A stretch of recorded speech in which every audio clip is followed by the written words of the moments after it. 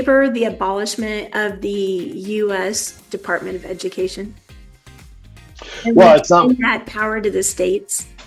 Education is typically has been a state endeavor, and I think it ought to be a state endeavor. I think that reframing the Department of Education at a minimum in terms of what it does, and also really looking at, when the federal government gives money, they'll give a little bit of money and then a lot of regulation and say, if you don't do all of the things that we want you to do, then you're not going to get the money. And I think that needs to change. IDEA, which I think most people think is a good idea, and a good thing, which guarantees education opportunities for students with disabilities. The federal government, agreed to pay 40% of that when they passed that law. They've never passed more than, approved more than 20%. I think the current is like 16% of the total cost of IDEA is covered by the federal government. Meanwhile, its regulations permeate everything. Again, not saying that IDEA in itself is not a good thing and that we ought to be giving those opportunities, but if the federal government's going to be a partner, they're going to be a partner. But if they're not going to be a partner, they should get out of the way. And so, in that sense, I think that the U.S. Department of Education does too much, and they certainly exert a level of control that is greater than the amount of support that they give. I think we really saw a lot of this during the pandemic, and just how, I don't know if dependent is the right word, but we really saw how our schools really started to rely on the government for all kinds of things. And I guess what's really interesting is the pandemic has changed our school system. I don't know if we can ever get back to where we were with our public schools. What are your thoughts about where we were before the pandemic and where we are now, even with all this DEI stuff, all of the handouts, everything that's happening? What is your opinion? I think that we're in trouble. School choice is really blown up. I know my opinion changed quite a bit during the pandemic about school choice. I'd sort of made my peace with this, again, working for the Arizona School Boards Association, made my peace with charter schools and other kinds of choice options.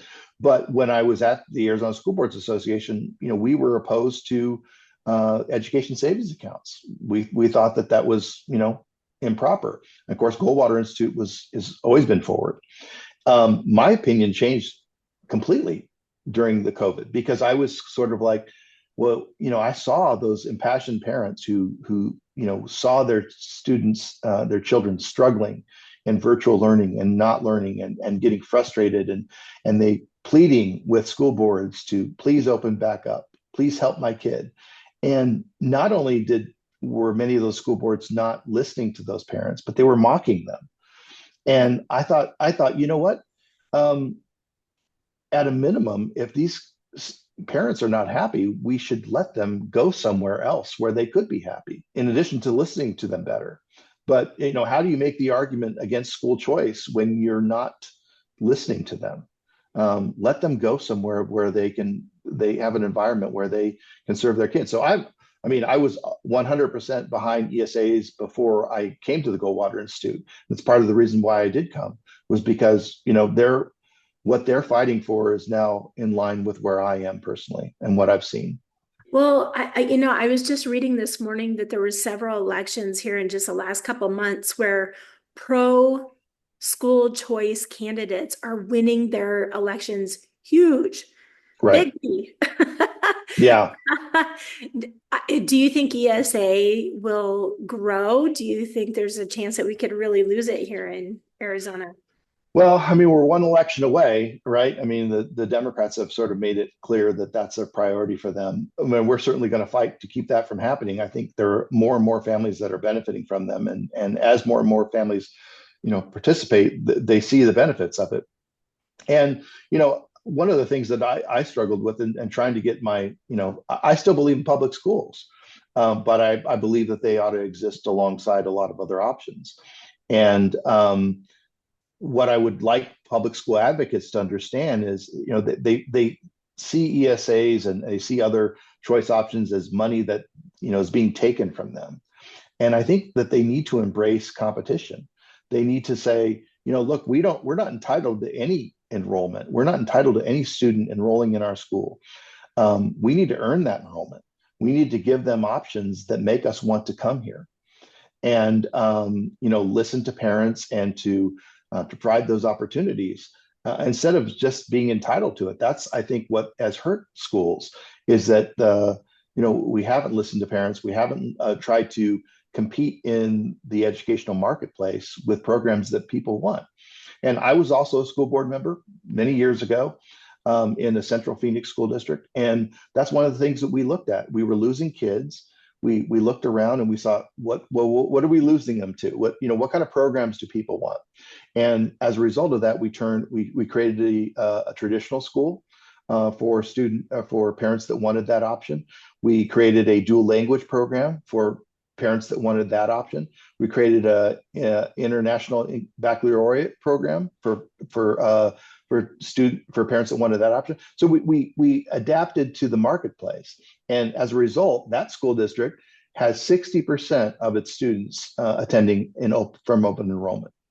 And again, so it shows that competition works. If you embrace competition and you try to be better, and public schools can compete with anybody, but they've got to embrace that. And the problem is that so many of these public schools and public school advocates don't want to do that.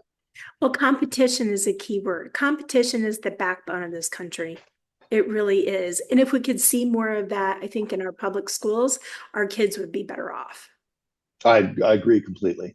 No, and it's, the data is the data, and going with what works, and providing, and not every kid learns the same way, and providing different ways of learning.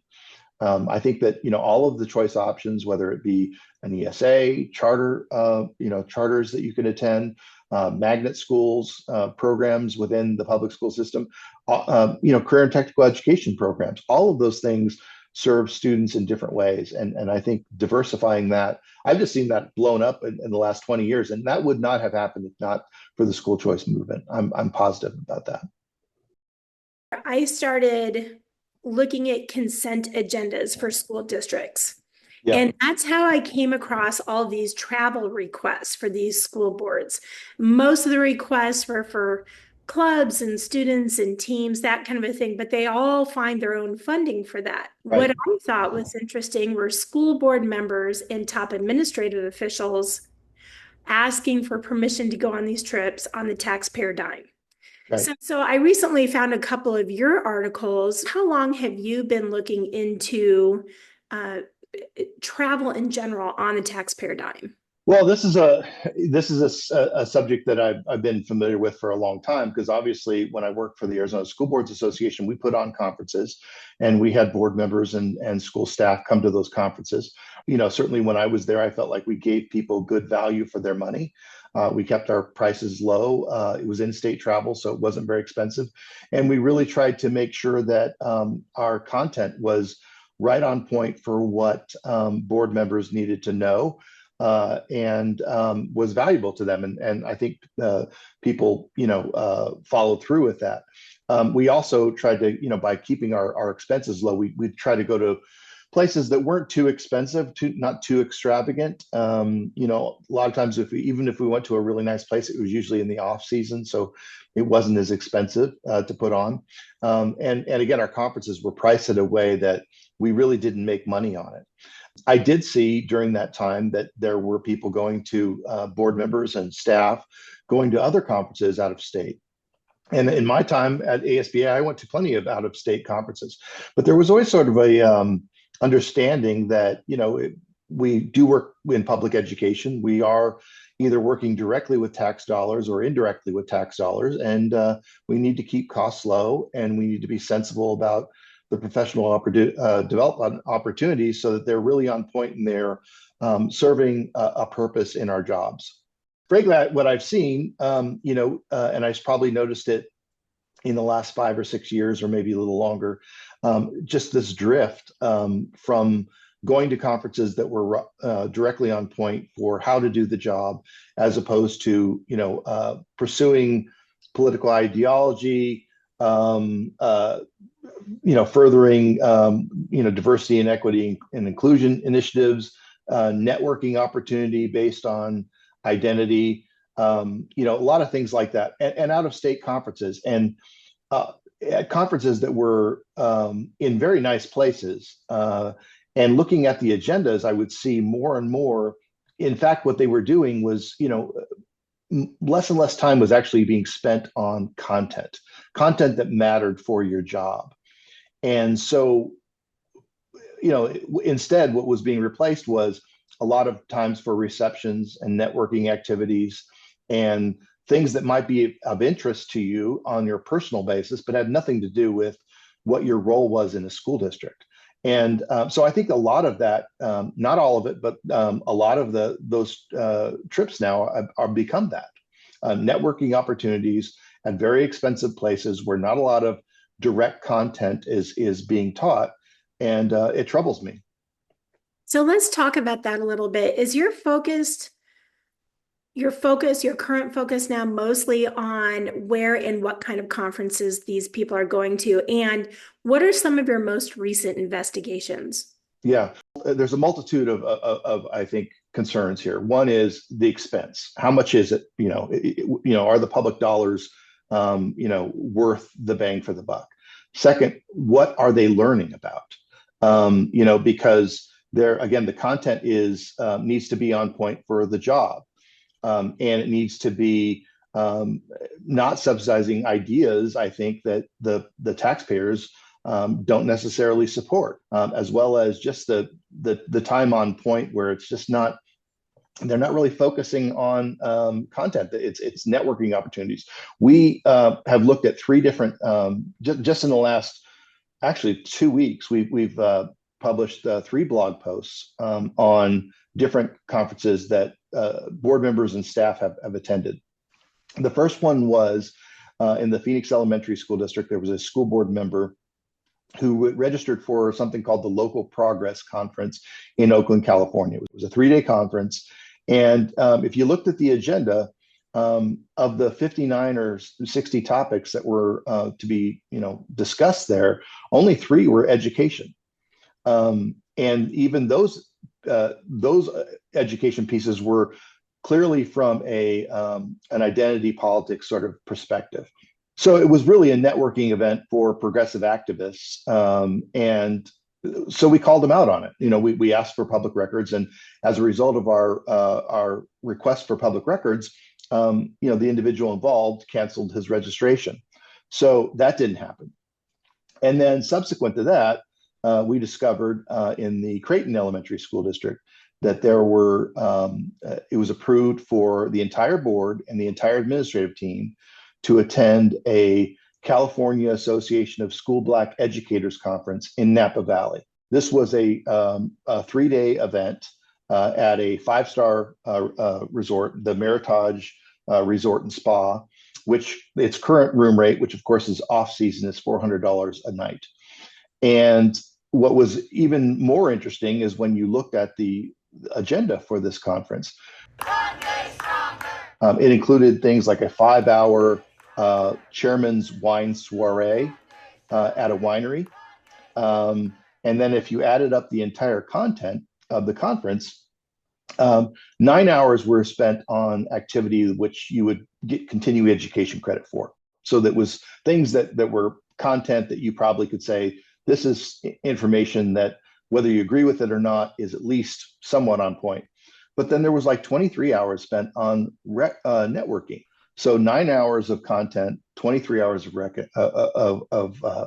networking, and then the content itself was fairly objectionable. It was all very laden with very DEI-driven topics that I think again most folks would say is, well, that's probably not something that school board members and the school staff should take. So if that in the Creighton situation, if all of the board and all the administrative team had gone to that conference, we don't know yet because we have public records requests to find out who went. But let's just say 10 of them went, 5 board members, 5 members of the administrative team. That's a $40,000 conference that was spent for one conference. And it's the California Association of Black School Educators. So it has a California focus, a California DEI focus. And I was just kind of interested, like, so, okay, well, maybe Creighton has a lot of, Black students, and maybe this is something that's a real key point of emphasis for them. And so looking up at their data on the AD website, their student population of Black students is 5%. So, it does raise the question of, is this on point at all? And then the third one that we just, published about was the Tolleson Union School Board for the last 2 years has had they're in Avondale, so it's their West Valley district. I think they have 7 or 8 high schools. They have had retreats at sort of 4-star resorts in the summer the last 2 years.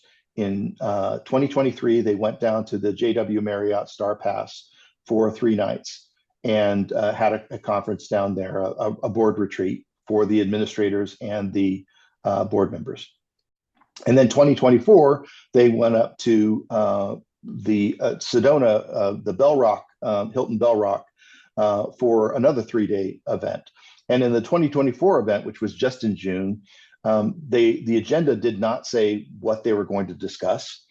They gave no meaningful way for the public to participate because the event was not recorded in any way. It wasn't streamed. There was no video of it. There was no audio of it. And so to me, it not only breaks the spirit of the open meeting law, it likely breaks the actual open meeting law. And the open meeting law, for anybody who's not, listening, is that, it's meant there to be one of our sunshine laws, just like public records law. It's intended to, allow the public to see the public's business out in the open, and allows the public to attend and to listen and to participate to the degree that the public body has defined it. So it's really important. And, most districts do have retreats in the summertime. It's kind of a way to refocus, kind of a way to, maybe look at their strategic plan, maybe look at their goals for the year, maybe do some data diving in terms of how they're doing. But they do them in the district office where the cost is minimal and the public can attend and the public can have a chance to have a say. And it's all transparent. And most of the time it's, if you couldn't attend the meeting, you could watch it on YouTube later on and see what happened.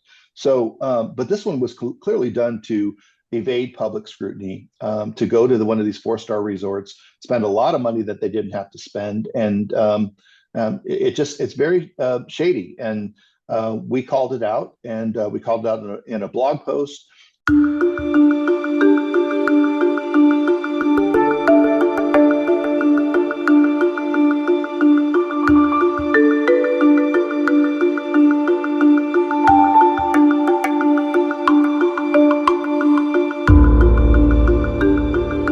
There's some 39 school districts, just in Maricopa County alone, that are going to be asking for approval from voters for bonds and overrides this year, right? And so that's extra money that is not part of the state school funding formula, that voters are asked to tax themselves a little bit more to pay for certain things. And that's fine. If voters want to approve that, that's certainly up to them, and it's up to those districts to ask for it. But I think voters, it's fair for them to say, well, what's being done with the money that we have now? Is this district spending our money wisely? And if they're not spending our money wisely, maybe we ought to consider that when we decide to vote to give them more money. I feel like my tax dollars take some fabulous trips. I really do. Yeah. Well, and here's the thing is, like, there is Arizona school districts are a creature of the state. They're a creature of the legislature. They only have the authority that the legislature gives them, right? So you have to tie back to state laws whether or not a school district has authority in a given area, right? And they have authority. The legislature has given school districts authority for staff and board members to attend in-state and out-of-state professional development opportunities if they have a school purpose, right? So I think that has gotten lost, and that districts have not kept their eye on the ball of, A, is this a school purpose? So does it meet the authority that we have? And then two, is it, what about the, is it good bang for the buck? Because I assume that there's a finite amount of dollars out there. We're always saying that we don't pay teachers enough. We're always saying we don't, have the facilities that we like to have. So every dollar that we spend on professional development should be scrutinized, because those are dollars that could be spent in the classroom. Those are dollars that could go into teachers' paychecks. So you got to ask yourself: is a wine trip to Napa Valley worth more than money in a teacher's paycheck?